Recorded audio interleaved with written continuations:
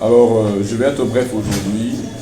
Je tiens à vous remercier pour votre présence aujourd'hui, la presse congolaise, devant moi pour parler de 3 sujets majeurs qui est essentiel pour la jeunesse et pour la population congolaise. Tout d'abord, je tiens à confirmer l'événement du 17 mai. Du 17 mai 2025. C'est notre meeting, dénommé meeting de vérité. Dans ce meeting, plus de 8000 jeunes sont attendus pour écouter le message qu'on va passer. Il y aura des autorités qui seront là, bien sûr, mais nous allons faire passer un grand message d'espoir, un grand message de motivation, et un grand message d'ouverture d'esprit à toute la jeunesse congolaise. Et le 17 mai a été choisi parce que c'est une date historique. Vous savez tous que le 17 mai, c'était l'entrée de l'AFDEL. Alors cette fois-ci, la RDC est vraiment dérangée par de rebelles.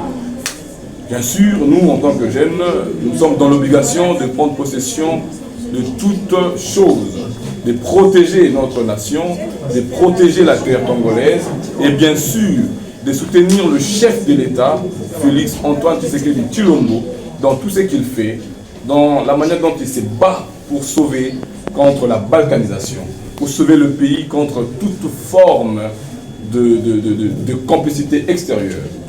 Et c'est ainsi que nous allons organiser ces meetings, ces grands meetings, où il y aura bien sûr, comme je venais de dire tantôt, plus de 8000 jeunes à 10 000 jeunes.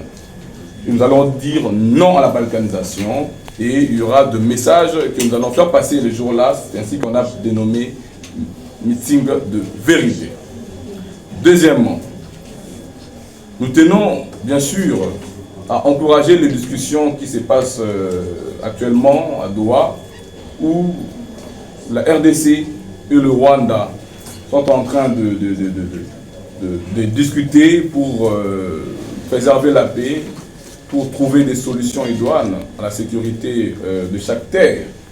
Donc nous, en tant que jeunes de la société civile, nous soutenons les initiatives. Nous allons toujours soutenir parce que le chef de l'État a des idées qui va sauver et même l'avenir de cette génération. Donc nous appuyons, pour conclure dans ça, nous appuyons les discussions de Doha et nous allons bien sûr l'accompagner.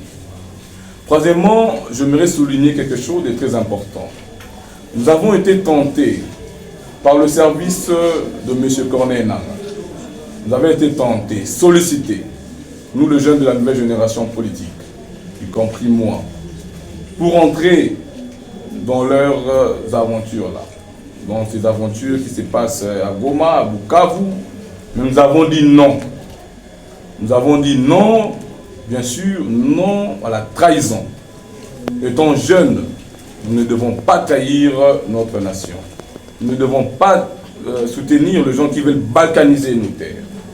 Nous avons besoin de l'unité. Nous avons besoin de la paix. C'est ainsi que nous sommes là aujourd'hui, parce que la paix est plus que tout. Et nous n'allons jamais céder.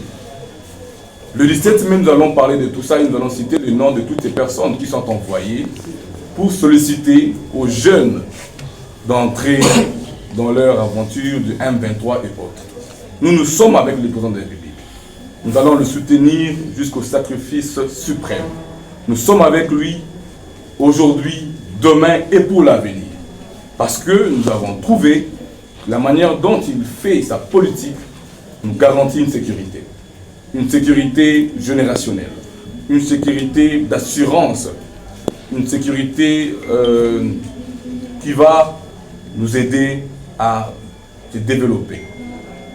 Et pour conclure, aujourd'hui, je tiens bien sûr à inviter la presse congolaise à accompagner le chef de l'État dans ce qu'il fait et surtout beaucoup plus dans le processus qui se passe actuellement à Doha. Accompagnons le chef de l'État et les choses vont changer. D'ici là, vous verrez la paix. Dans moins d'un mois, je vous dis, vous verrez la paix. Et cette paix doit être une paix durable, comme il venait de le dire avant-hier. une paix durable pour l'avenir même de nos enfants.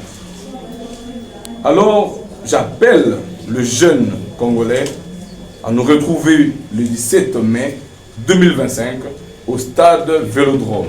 Nous allons discuter ensemble avec vous et nous allons bien sûr dire non à tout ce qui se passe à l'Est. Nous allons bien sûr accompagner le chef de l'État. J'ai vu notre cher camarade Steve Wemby qui a parlé de création, qui j'aurais l'idée de créer un groupe armé, genre pour soutenir les Wazalendo, le FARDC et autres. Tout ça, ça sera dit le jour-là. Tout ça, ça sera dit le jour-là. Nous allons nous décider sur l'avenir. Et vous savez qu'il y a trop de fake news, il y a trop de choses qui se passent actuellement. Mais dans tout ce que nous savons tous, nous avons un Dieu fort. Jésus-Christ est dans ce pays, Jésus-Christ est dans l'Afrique, Jésus-Christ est dans nos cœurs. Et tant que Jésus-Christ est là, la paix est là, et la paix sera toujours là. Merci beaucoup et de bonnes choses à vous. Merci.